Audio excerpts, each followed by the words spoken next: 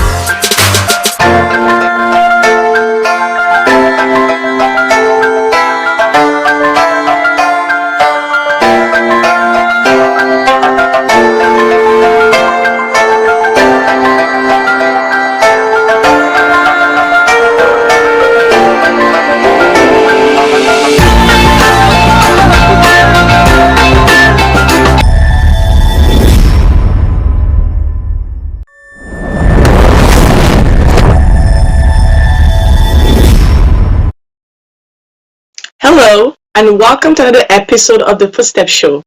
My name is C. I hope you guys enjoyed our previous show of the day with Lodina the Soprano. So today we'll be talking about keep starting afresh and keeping it fresh. And my guest today is no other my big sister from another mother, my mommy, my counselor, my everything, Mrs. Gertrude Appiah. How are you, mommy? I'm blessed, and how are you too? I'm doing well by God's grace. So I hope everything is We well thank with God. you. By God's grace, we are blessed. We thank God. So when we're talking about starting afresh, what do we mean by that? All right, Sissy. So, before I even start, thank you so much for this great opportunity to once again serve the Lord through this means. Before you can start something afresh, meaning we've started and then we've seen that there is an error, and then we have to go back and then fix it. So this means that something has gone wrong with what we are doing, and we need to fix it.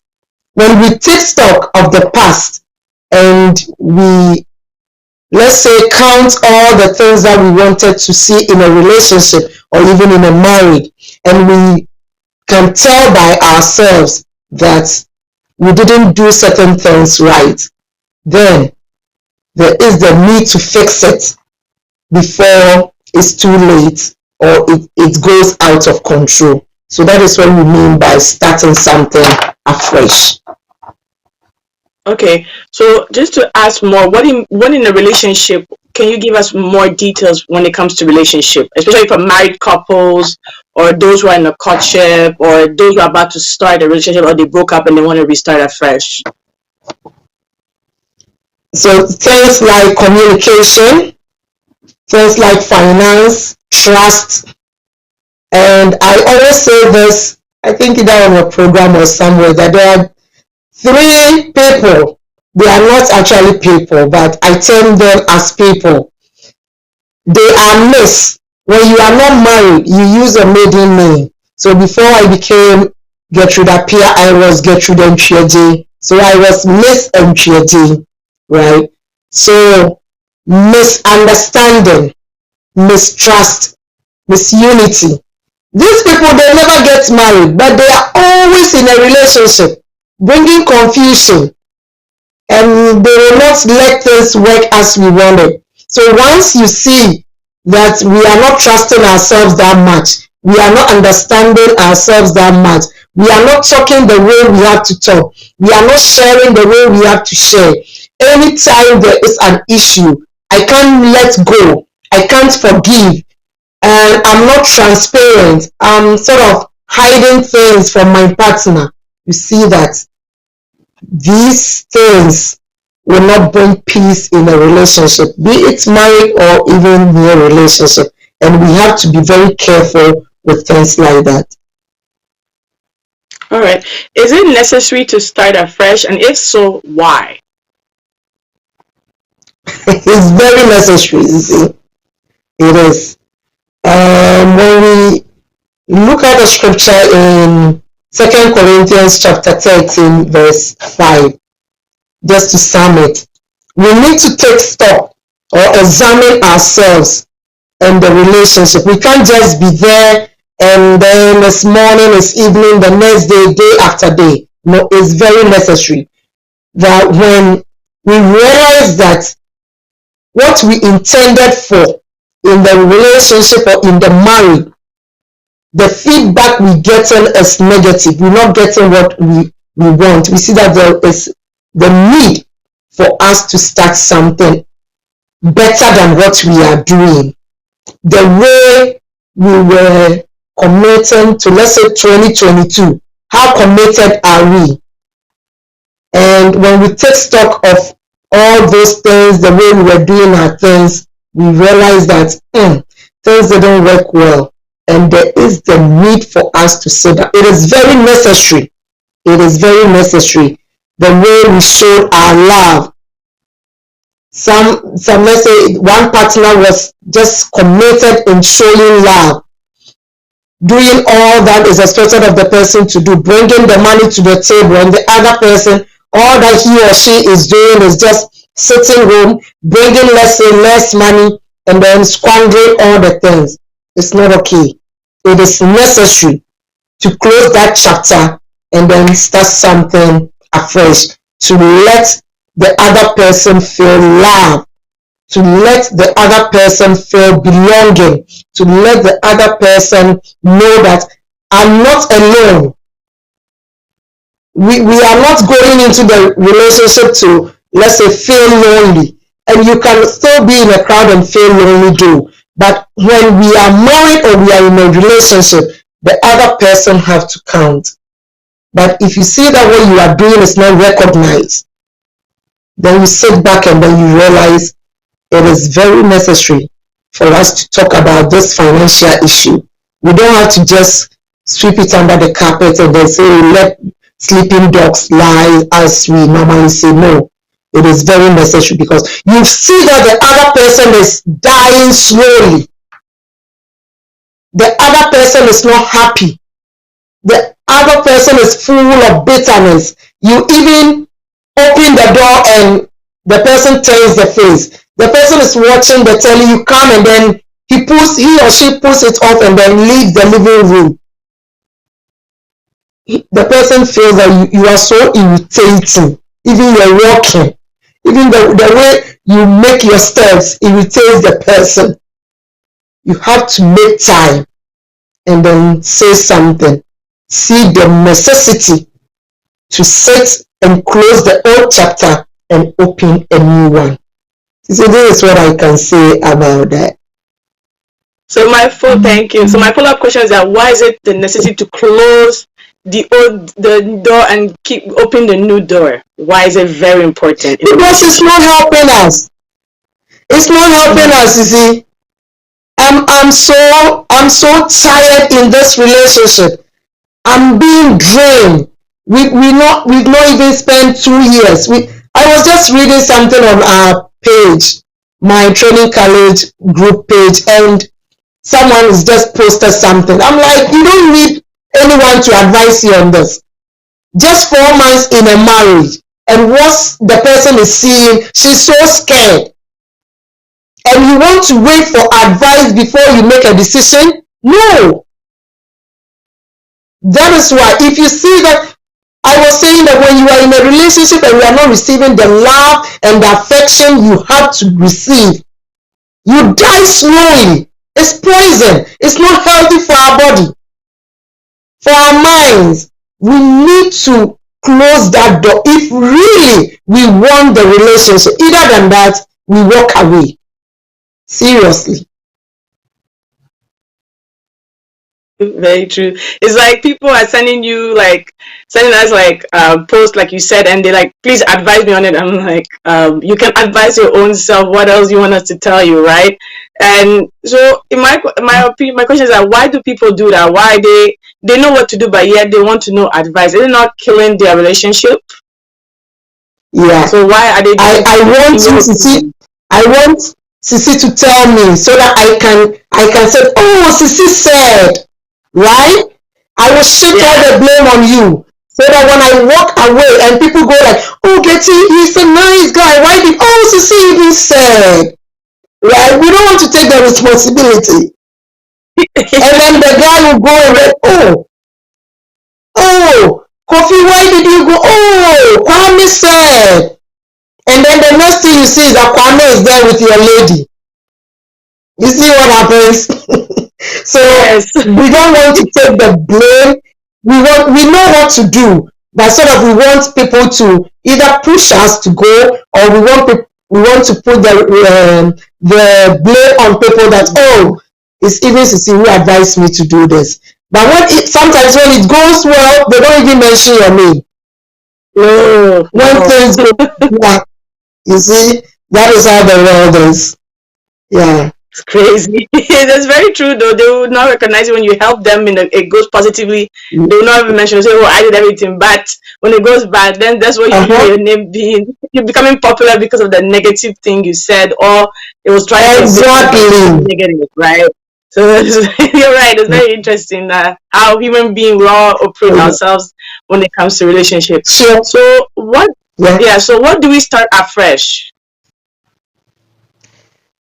What we are starting afresh is we've known that the relationship has hit a rock and is coming to fall. So now we are starting whatever we did not do right.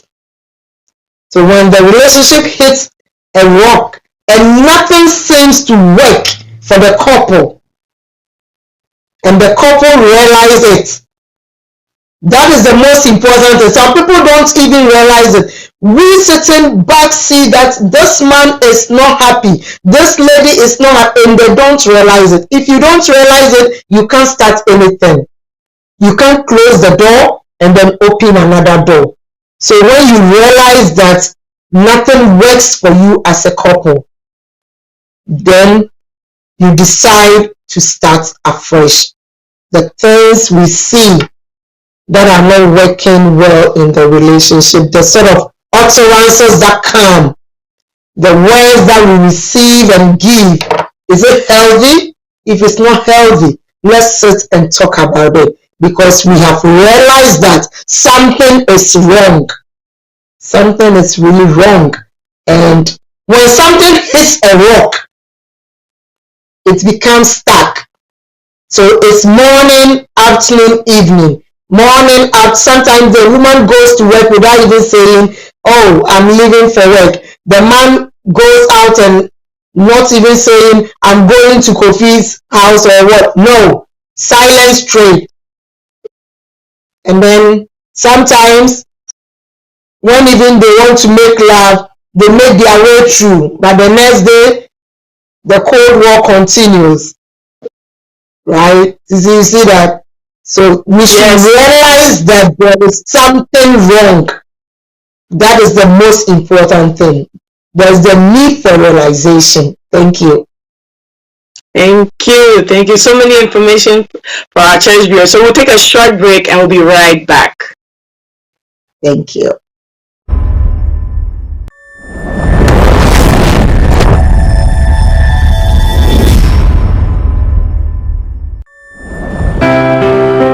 Are you an African parent who is looking to engage your child in an educational program?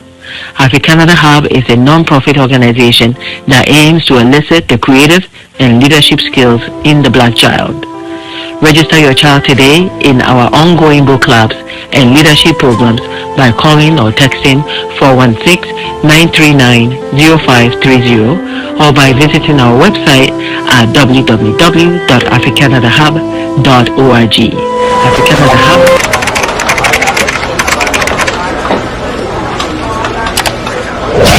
We are all capable.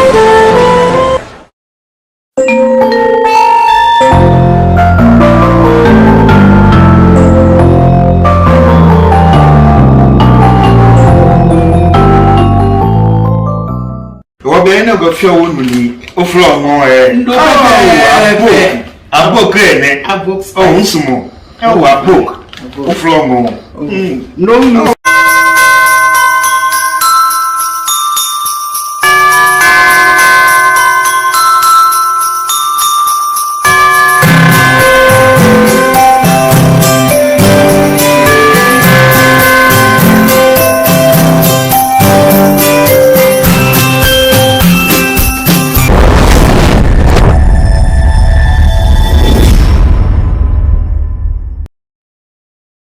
So welcome back. If you're now watching us, we're live on Facebook and YouTube.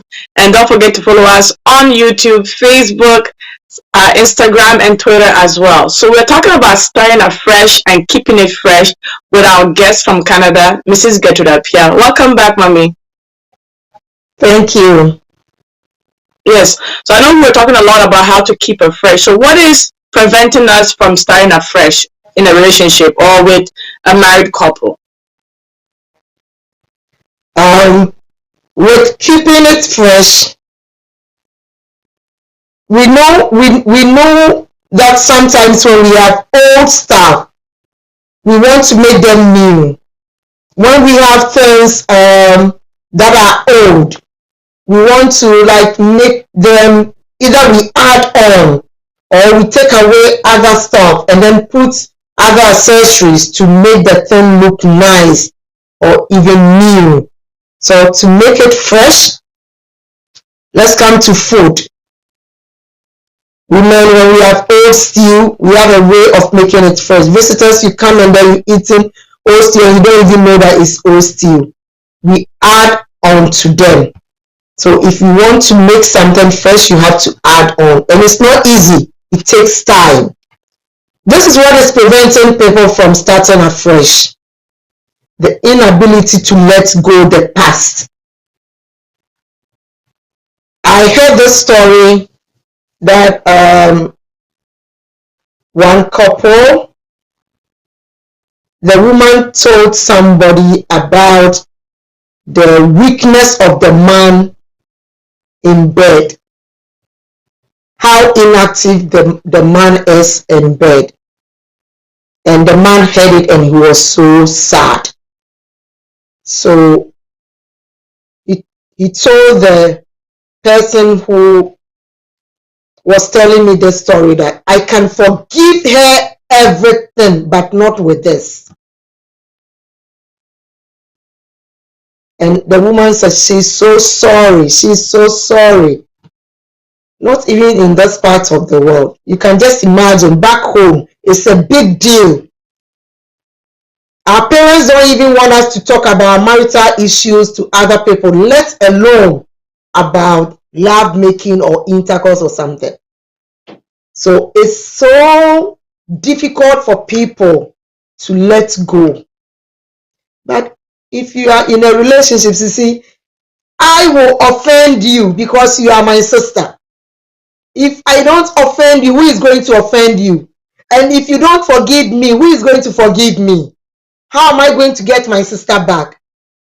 So the first thing that is preventing people from starting afresh is to let go, the inability to let go. And then the fear of failing again. If I trust you and forgive you and I give you the next chance, this is a second chance. How effective are you going to prove yourself? And this time it's going to be like, oh, I've been timed with a time bomb. So the next mistake I make, the relationship is going to collapse. So the fear that they're going to fail again. And then lack of commitment. Lack of commitment. This is how someone defines commitment. Commitment is doing what you want to do in a hard way. I want to get up every dawn and pray. It's not easy. Even though I'm up, I know I don't have any like alarm, but I'm up. The Holy Spirit has woken me. I've gone to the washroom. And then I realize that, oh, I have to pray. But I'm so sleepy. How do I pray? You have to leave the bedroom and come to the living room. Or you have to sit on your bed and intentionally let whatever you want to do come to pass. You committing yourself to do it in a hard way. You can't say, oh, at every break, even break time, when we say break time, we're going to pray. You know the sort of conversation and other people who comes in. Oh, can we do this? Can you help me with this? And before you realize, the break is over. So when you are committed to whatever you are supposed to do, it's also good. But what prevents people from starting afresh is that I can't commit myself that much. If it's, let's say, with finance, and I have to give you a certain amount at every paycheck, hey, how am I going to chill? You are my kid's sister, and then our mother said every month gives Sissy $100. How am I going to part away with $100 to my kid's sister? It's not easy. So lack of commitment, unable to sacrifice or we can say lack of sacrifice. We can't sacrifice. Apart from not being able to commit ourselves, we can't sacrifice our time, our energy, our money, our food, our knowledge, and other things for other people, let alone our loved ones we claim to be in a relationship with. So these are the few things that I think prevent people from starting afresh. And then sometimes we also say that some people are so proud that no, if let's say people are seated and telling me my weakness, I'm not going to accept it. No way. They are so proud to close the door and then start. No. I don't want to say men or women. It can be men and it can be women. Okay? All right, Sissy. So my follow-up question would be, why do people are preventing themselves to start afresh? Because I know you gave some of the like tips of why, like what can prevent them, but why, in your opinion, you think that they don't want to start afresh? They are tired. I'm so tired in this relationship that apart from the commitment and then the not letting go, I'm so tired of this person. I just don't want to start it again. And we always say that if there isn't a mistake, there wouldn't be a correction. That is why when you go to school and then you get wrong, they say, oh, go clean. That's why you write with pencil. You make a mistake, you clean. But I'm saying sometimes, because with pen, you can clean with the correcting fluid and then rewrite. Mm-hmm. But without it, there isn't any eraser for pen. That is why when we live in our life, we should live our life as sincere Christians, men and women who are born again Christians. We should stop pretending and be the real people that we are. We should stop hurting people.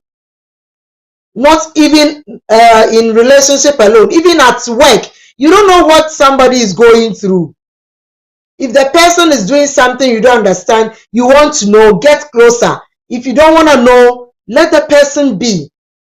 People are just hurting people's feeling in relationship and just going their way. They will just come and then stab you and then go. Stab you and then go. And then they come back. So all these things, you've done so much that I don't want to use the word is so much that is unforgivable. No, I don't want to give it that title, but we all want God to forgive us. The things that we're doing against God is forgiving us. But come on, come to think of it, how will you feel if I am doing the same thing to you? Right? You see, we should be open-minded in relationship. Know that the fact that I have this small handcuff on my finger doesn't mean I'm yours forever. The fact that the man has said the vows doesn't mean he cannot leave or something. So let us be cautious of what we're doing and live a sincere life. Let's communicate more and be transparent. But if you keep hurting the person, now you're saying you are sorry. How do I trust that this sorry that you're saying is really coming from your heart? Because you're saying sorry and you're walking in a way, nothing, no sign of remorse. And then because elders are seated, church leaders are seated, I am obliged to say, okay, no. Let's stop hurting people's feelings. And then know that when we all open up and then talk, and then we do the things that we have to do in the right way, we will not even need much to start. I'm not saying I have a perfect marriage or something, but you will not have much things to close the door at and then begin. We have to go forward. We have to move forward. Forward ever, backwards never. At the end of the day, when we are hurting and biting ourselves, what do we gain in that relationship? Pain. And because pain cannot be measured, we think everyone is okay. if God should give us a measure of pain and joy, you see how many people are not happy and they are still in that relationship. I'm not even saying married, in a relationship. The person has not even paid your bride price and the person is abusing you and you are there. All in the name of relationship, all in the name of, oh, I'm advanced in age. Come on. Who says so? Age is just a number. It's a yombo beggar. So you have to just put yourself together and then live your life as an individual. Love yourself. If you can't love yourself, how do you expect someone to come and love you? Right? So see, that's the little that I can add to. I know, thank you. So I know you mentioned about being sincere Christians. Can you elaborate more on that? How can it help for a relationship to be effective? Right now, you see, let me say, if you are a guy and I'm a lady and we are in a relationship, and then you are living in Montreal and I'm here in Toronto, and then you tell me you going to Edmonton, all my mind is that Sisi is there. All just to hear that you are in the US. Come on. Meanwhile, we claim to be in the same church. I don't know if you had a chance to be on the youth program. I was just telling them that the fact that you met the person at church doesn't make the person a Christian or a born again Christian. The Bible says they shall be known by their fruits. What am I doing that is proving that I am a sincere Christian? If I hurt someone, do I realize it? Am I saying sorry?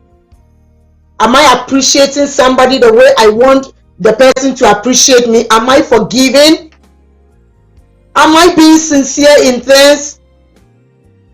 The hypocrisy is too much, right? We pretend and then we go into marriage and then you sleep and the next day you see the person so moody. All in the name of I'm not a morning person. Fine. What about afternoon and evening? Oh, so all day you are not all day. Then they tell me I'm not a Monday person. Really? This generation is coming up with so many things. Before you realize you are not a Monday person, you are not a Tuesday person, you are not a whole week person. What about this month of love? How much love have you shown your partner? And then we claim to be Christians. And then we say that we are sincere. No. We can't say that. Right? So treat the person as if you're treating Jesus. Love the person as if it's Jesus. Because he says, in as much as you didn't do it for these little ones, you didn't do it for me. He said, thank you so much. When I was sick, you visited me. When did I do it? He said, when you did it for your brother, you did it for me. So if we want to be, that is what I mean by let's be practical. Let's at least pause on the theory and be practical and genuine Christians. This is the month of February. In about a week or two, it's coming to an end. You've not been able to show any love to any person. Not even a text message, not even a call, not people in relationship. At least somebody to show the person that, oh, you're really thinking about the person. Hello, can we share a word of prayer? And then the person will say, thank you so much. I needed this prayer. Oh, I didn't know you cared that much about me. 2 minutes prayer and see how relieved the person is. This is what I mean by that, Sisi. I think it's very good to know all these tips to keeping it fresh, for our relationship and to help to move forward. Like you said, forward ever, backwards never, right? So it's very important for us to be moving forward and forget about the past and let go. I find that generation of today is so difficult for us to let go. I find it's very, very difficult, which is so sad because you want to let go, but it's like you said, people are proud to not let go. which it shouldn't be the case. You should be moving forward, right? Because every year we say new year, new me, but yet you're still bringing the old you into the new me, right? So I think, like you said, it's very important to, let it go so you can start afresh and keeping it fresh. So in that case, what can we do then to keep our relationship afresh? As I was saying earlier, there are a lot of things that we can do. Let me just use stew and then I'll come to the point. Let's say you have gravy. It's an old stew. Now you have a very big time visitor. Oh, can I get rice and stew? Do you bring that old stew? No. Either you put in fish or you add more fresh tomatoes and then onions. Then you add some above spices, right? It's my favorite, so I have to say it. And then you see how new and fresh it will become. Everybody wants fresh things. Fresh juice, fresh water, and even if clothes are new and they smell good, we all like it. What are we not doing right? So now you have 2 kids, so you think you are too old to go out. These are some of the things that we have to do to keep the relationship fresh. At the end of the day, with the kids, that is family and marriage. What about the love we said we love ourselves? Where is it? We can't even make time for ourselves. We don't go out anymore. You've stopped giving the flowers and the cards. And you think it's okay? It's not okay. These are spices to add to relationship to make it fresh. Let's go for the walks that we normally go. The gossip this is godly gossip. Don't get me wrong. Like you see someone's jacket, I think this jacket is going to be $2,000. Oh no, this is this, and then you gossip about the person's jacket and then not like gossip, right? Sitting together, going to the movie, taking stock of our finances. How is it going? Let's be sincere with ourselves. What did you do with your bonus? Sometimes we even part with money without telling our partners. It's okay. If the person thinks, oh, one thing that I'm thinking that I think is not okay is, let's say it's Valentine, it's a love month. So I decide to, let me go give my parents $50 for the love month. And then my husband will say, oh, let's send them this. Meanwhile, I'm giving them. And he also wants us to go give. Are they not taking advantage of us? Communication. Right? So when we sit down and we take stock of our finances, the ups and downs of it, and then we make it stable. Making it becoming stable is going to help us make it fresh. And then when the relationship needs to be fresh, it goes long. It's a lifelong relationship. We don't get tired of ourselves. And then do unto others as you want others to do unto you. When we want to make our relationship fresh, let's remember, let's take stock what we used to do those times. What were we doing? The things that we were doing that was making us so happy. Those cute things. That we stopped doing them. In doing them again is going to refresh the relationship. Like making something fresh. And then the old one will just give way for the new to surface.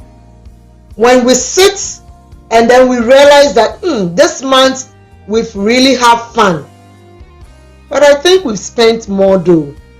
So can we cut down some of the out eating and then let's say eat here, and then put the candle here. Let's put on the music. After eating, let's get up and dance, and then we will enjoy ourselves. Less than going far somewhere, maybe Niagara Falls, to go have fun and then come. It's going to be expensive. Give the kids to somebody. Pay for a babysitter. Let the person take care of the kids. Let the love spark once again. In doing that, you will feel happy, your partner will be happy, and then there will be happiness in your home. Less than that, I'm sorry. If you want to be mommy, daddy, work, church, mommy, daddy, work, church, mommy, daddy, work, church, that is what is going to be till thy kingdom come. And you will be stressed. Because I know when you have a healthy relationship, it helps your mind, it helps your body, and it helps all the faculties, and even the tissues in your body are so relaxed. Look at how some people, when they frown, look at their faces.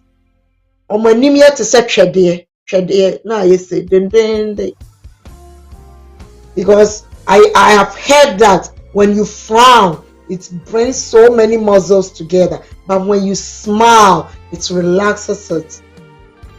There are so many wrinkles in your face. Why are you stressing yourself, my brother, my sister? Relax. Life is too short. Love yourself. Make time for yourself and make time for your partner.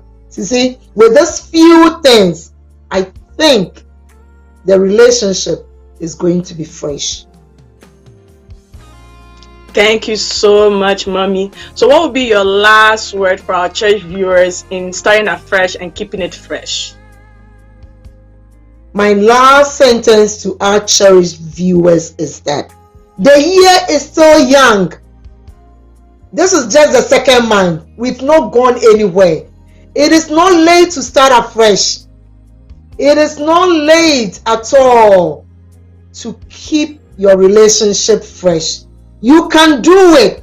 The devil will say that no, she will not humble herself. The devil will say, oh no, your man is so strict. Relax.